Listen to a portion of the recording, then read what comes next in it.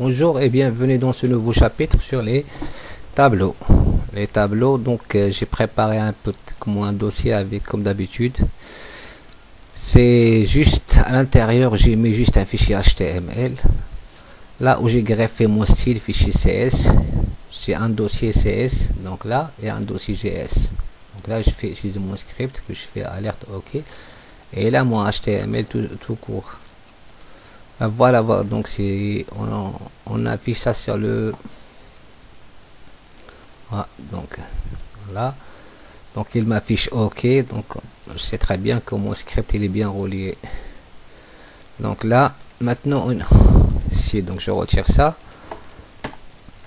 Alors commençons pour les tableaux. Qu'est-ce que c'est un tableau? Un tableau, ce sont des éléments, des structures qui sont utilisées pour regrouper des données de même genre, style. Par exemple, si j'ai des élèves, si je voudrais regrouper dans un tableau leurs notes, donc on aura, comment dire, un tableau des listes des élèves. Ok, pour déclarer un tableau, c'est très simple. Donc je commence par donc déclarer tab. C'est pour un tableau vide, je fais juste deux accolades comme ça. Donc c'est un tableau vide qui contient rien. Let tab 1 est égal, je peux mettre des nombres 10, 20, 30, 40. Donc c'est un tableau de nombres. Je peux tableau aussi, j'ai tableau une table 2 est égal, c'est des chaînes de caractères, je peux faire comme un. Donc le chaîne de caractères, par exemple toto 1, voilà, toto 2, voilà, toto 3, ainsi de suite. Donc là, pour afficher un tableau, c'est très simple. Donc il n'y a pas, donc je fais console.log. On va regarder comment ça se présente. Par exemple, table 2. Voilà. Je prends mon éditeur. Là, je rafraîchis la page. Directement, je regarde. Donc c'est dans le console, c'est un tableau array 3. Donc toto 1, toto 2, toto 3. Donc toujours, c'est plus simple. Donc par contre là, ce qui spécifie un petit peu un tableau, c'est donc la propriété length. La propriété length, ça représente, c'est-à-dire la longueur de ce tableau là. Donc ici c'est donc il a la valeur 3. Donc et là la dernière point, c'est le prototype d'un tableau. Le prototype ici, si je développe un peu, on va voir toutes les fonctions là, add, concat, constructeur, copyright, file, filter, qu'on va regarder à la fin de ce cours. C'est très sympa comme fonction. Et là donc console log, il affiche le tableau complet. Pour afficher juste par exemple le premier élément, donc il faut que toujours qu'on passe par les accolades. On fait tab, accolade, deux crochets plutôt, 0. Donc on va regarder ça, c'est très simple, console.log, et je fais tab 2, voilà, tab 2 entre là, et si je fais 0, donc il va m'afficher le premier élément qui est toto. Donc là je fais open live server, donc ou tout simplement j'irai voir le résultat. On voit, regarde, il affiche ici dans le ici table complet, et ici il m'affiche toto à le premier élément. Donc et toujours le premier élément dans un tableau JavaScript, c'est comme du PHP aussi, donc ça commence toujours par le 0. Donc si je fais 1, le 1 il va m'afficher le. Par contre si je fais la longueur, donc je fais 1, donc il m'affiche le là rafraîchir, donc elle affiche toto 2 directement. Voilà.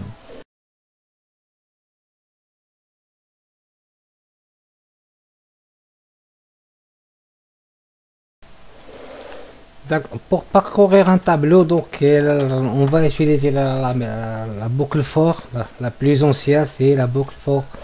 Je fais for avec une valeur length et un compteur, donc je fais i ou compteur cpt, tu vois, donc parfois je fais i en plus. I est égal à 0, c'est le mot 0, point virgule, donc i inférieur à quoi, donc je prends tab 1, là je vais parcourir le table 1, point length, la longueur, la fonction length, voilà, point virgule u plus. Donc j'ouvre la collade et je ferme. Donc et là à chaque élément je fais afficher tab 1, donc je fais console.log log tab 1 tab 1 2 i, voilà. Là lorsque j'affiche, donc il va m'afficher dans la partie console. Donc j'ai mon là, donc il affiche 10 de tout chaque élément par élément.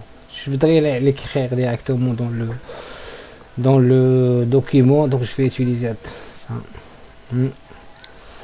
Juste avant je fais un document plutôt .write, donc je fais br pour qu'il revienne à la ligne, et il va nous faire tout simplement un h2 for, voilà, la boucle là,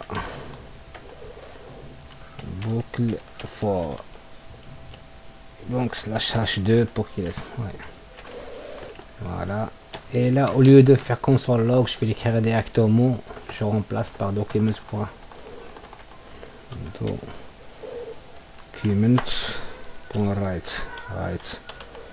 Donc alors je fais, donc là si je fais comme ça directement, il va m'afficher que 10 40 l'une à côté de l'autre. Donc je vais préférer, comme je préfère la concaténation avec un br pour qu'il revienne à la ligne. Donc chaque fois il revient à la ligne. Et on voit directement notre tableau qui s'affiche sur notre excusez-moi, sur notre console. Ouais. Donc la boucle for, donc je parcourir. Donc la plus ancienne boucle c'est utilisée, c'est cette boucle for là. On va regarder d'autres. Notre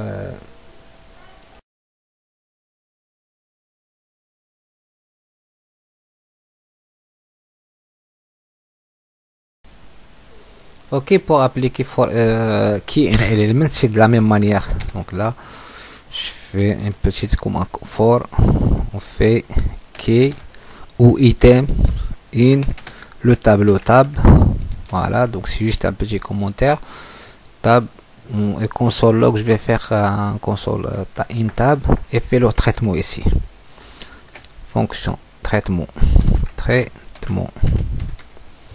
voilà. Donc là j'ai mon tableau, j'ai un tableau là, et comment je vais l'appliquer? Donc je fais for each for donc item in le tableau, comment il s'appelle, tab 1, voilà. Et je fais l'ouverture et le traitement for, c'est à dire console au document.write, je fais document.write, donc je fais un truc retour à la ligne, donc je fais br directement et un plus, donc je vais afficher mon item, donc item là, je rafraîchis item, donc on voit, donc il a affiché 0 1 0 1 2 3, alors que le tableau est là, donc les éléments là 10 20 30 40, d'accord. Donc là les items ce sont les clés d'un tableau. Donc c'est le 10 c'est le premier, c'est le premier élément, le 20 c'est le deuxième élément. Donc c'est ça, ce sont mes items. Les items, il va parcourir élément par élément. Donc on a un tableau, on a dit c'est une grande structure là, une structure qui contient plusieurs nombres. Donc là, et le item tableau est. Donc si je voudrais afficher la valeur réellement du tableau, donc il suffit de je fais tab 1 et entre crochets, toujours un tableau entre crochets item. Et là, quand je rafraîchis, il va m'afficher les valeurs là, 10, 20, 30. Donc là, c'est de la même manière. Ok.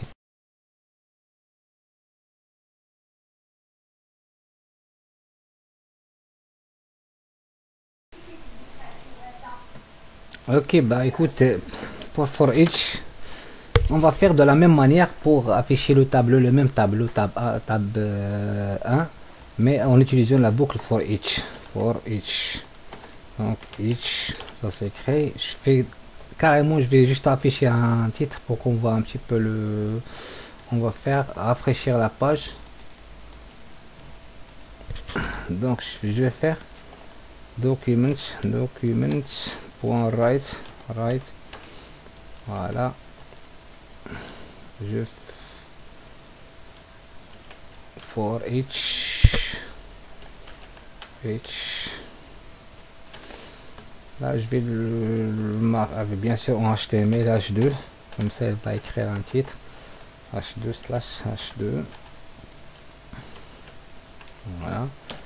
Et là pour utiliser la boucle for each c'est très simple, donc toujours on commence par le nom de tableau. Le tableau il s'appelle tab 1 point for each, donc je fais for each, donc il me propose là à l'intérieur il faut faire, donc en fait là c'est une fonction anonyme function,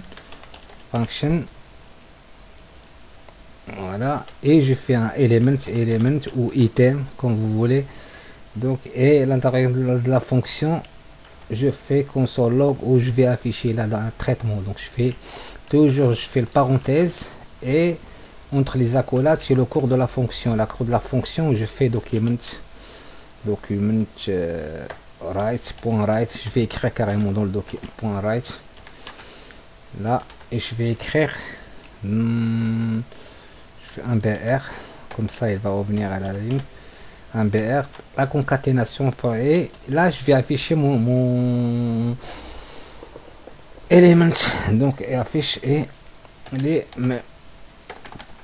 element, voilà, je vais ici, je rafraîchis, et dès que j'ai rafraîchi on voit ici donc la for each, donc il affiche le 10, le 20, le 30 et le 40. Donc on a essayé à peu près les trois méthodes, donc for each tout court, le for avec un certain contour, le contour qui débute à 0 et qui finit jusqu'à la longueur de tableau. Et là on fait table de i, table de compteur, si je fais ici un contour ici, table de compteur. Dans la deuxième partie on a utilisé la for key in tab, donc, et le traitement, et for each, donc de cette manière là.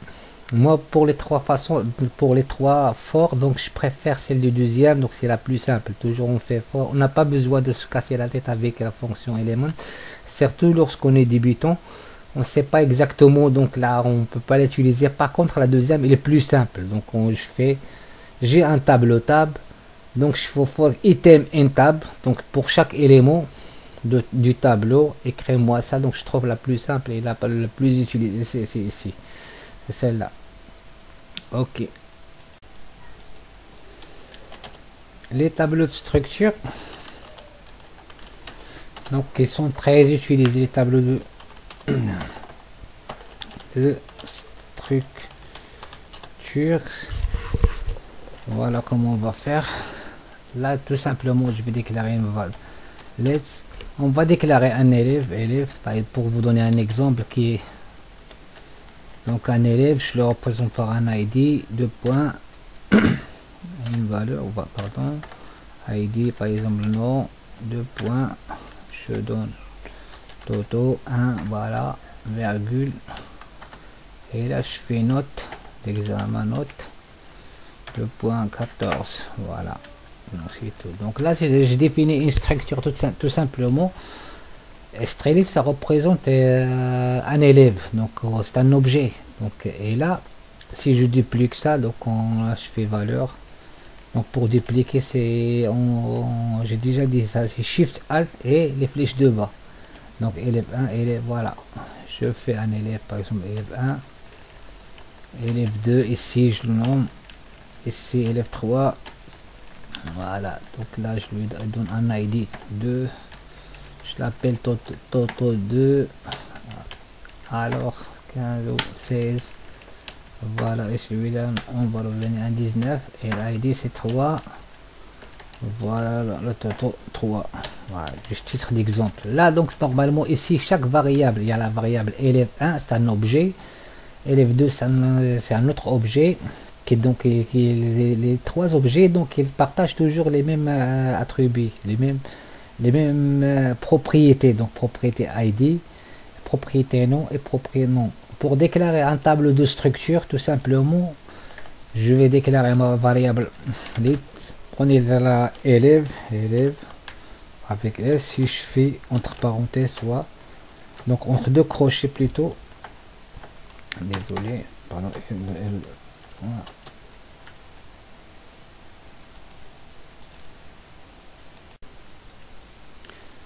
Et on peut aussi, donc là, normalement, là, j'ai fait les élèves, j'ai défini les trois objets là, c'est juste pour vous montrer un petit peu que comment le tableau il est constitué. Je peux le faire directement, on peut le déclarer directement par exemple. Donc là, je fais, allez, tableau des profs. Donc je vais faire un tableau, donc let's table, je fais prof, toujours. Donc quand j'utilise des structures comme ça, j'utilise un dans entrée quand moi je S avec S, ça veut dire ça prouve voilà.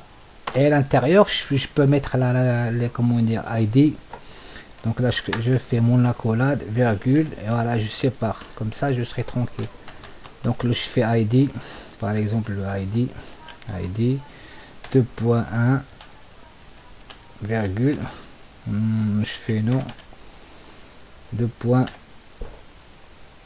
voilà, prof 1 virgule, je fais matière, voilà, matière, voilà, 2 points, programmation, ok. Et là tout simplement, donc là, je vais supprimer pour ne pas qu'elle, donc là pour là je vais juste recopier ça et là je donne, je vais faire juste des chiffres comme ça, ça vous donne une idée. 3, donc matière programmation 1, je fais 1 2 3 donc je peux définir autant que je veux comme valeur là, donc je peux d'ailleurs je fais 3, donc là je fais voilà. Et si juste là, je vais juste mettre les ID 1, 2, 3, 4, 5. 5 ici, c'est prof 3, prof 4, prof 5. Pareil, donc je vais rajouter ici 4, 5 juste pour là. Donc voilà.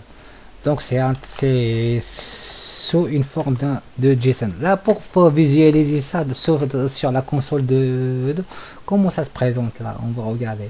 Donc je fais un console log, console.log, comment ça se représente, prof, voilà, et là dès que j'enregistre sur on va regarder, rafraîchir, voilà, donc c'est un tableau, un arrêt de 5 éléments.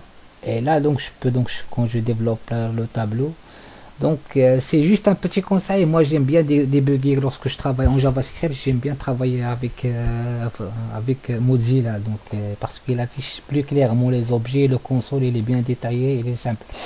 Donc là on a un arrêt de 5 éléments. Ici on a la propriété length, c'est-à-dire notre tableau il est composé de 5 éléments. Et la structure, le premier élément, on regarde 0. Là, on a objet. Et notre objet, donc voilà sa structure. Donc là, donc je peux le développer chaque objet. Donc quand je clique sur développer là, donc on voit le 1, matière et la programmation. Objet 1 par exemple, programmation 2 et ainsi de suite. Et là donc la fameuse prototype, donc dans le prototype on voit que c'est un arrêt, donc il dit exactement que c'est un arrêt. Par contre là regardez là, ça il dit pour l'élément 1 c'est un objet, donc ça veut dire cette partie là est un objet. Donc là c'est très simple, c'est souvent utilisé, et ça c'est le format JSON. Lorsque vous utilisez les tableaux en format JSON, on va l'utiliser que sa structure là, c'est-à-dire tableau avec des crochets, et les tableaux, les objets avec des accolades. Ça,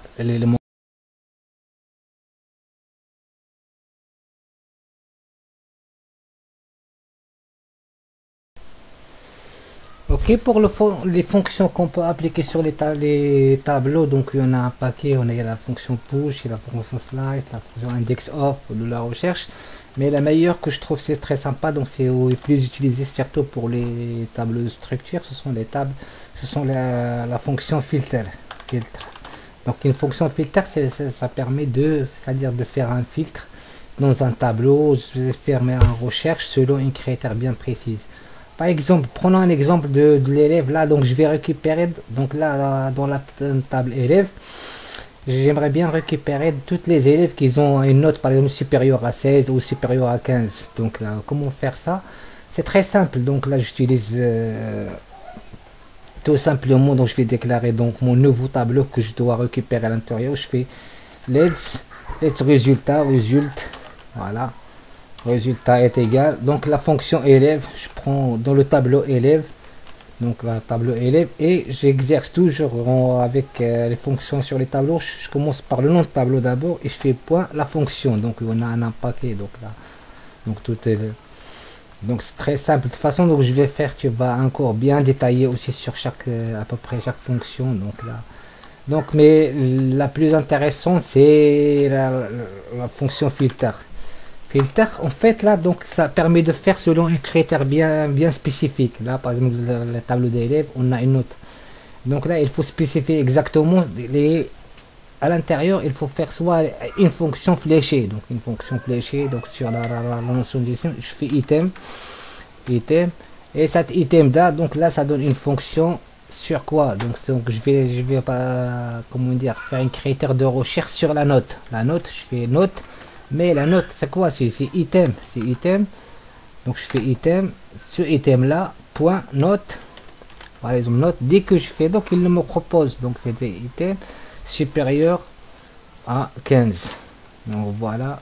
Et tout simplement là, en gros, donc là dans ce tableau résultat, je stocke ici l'élève. Normalement j'ai 3 élèves, mais moi je fais pas, j'ai pas envie de récupérer les élèves, juste les élèves qui ont une note à peu près supérieure strictement à 15.